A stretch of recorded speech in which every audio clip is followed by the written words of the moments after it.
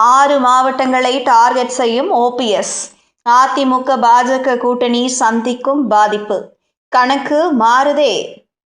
தேசிய ஜனநாயக கூட்டணியில் இருந்து வெளியேறி இருக்கும் முன்னாள் முதல்வர் ஓ பன்னீர்செல்வம் 6 மாவட்டங்களை மட்டும் குறிவைத்து சுற்றுப்பயணம் மேற்கொள்ள உள்ளதாக விவரம் அறிந்தவர்கள் கூறி வருகிறார்கள்.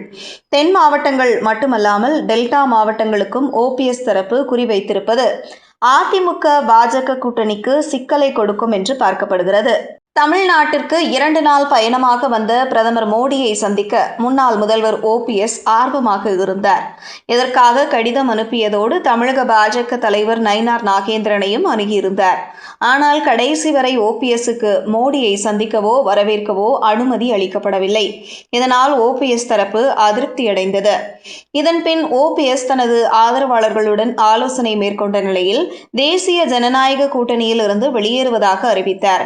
அது மட்டுமல்லாமல் மத்திய அரசின் செயல்பாடுகளை விமர்சிக்க தொடங்கினார்.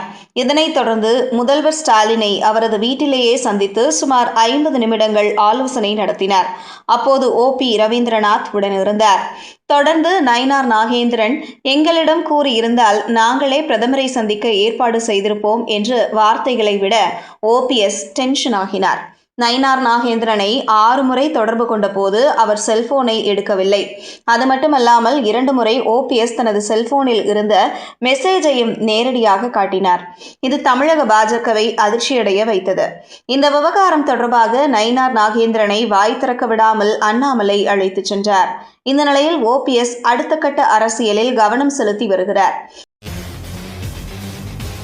அரசியல் செய்திகளோ, சினிமா செய்திகளோ, விளையாட்டு செய்திகளோ உடனுக்குடன் தெரிந்து கொள்ள நியூஸ் 10 தொலைக்காட்சியை பின்தொடருங்கள்.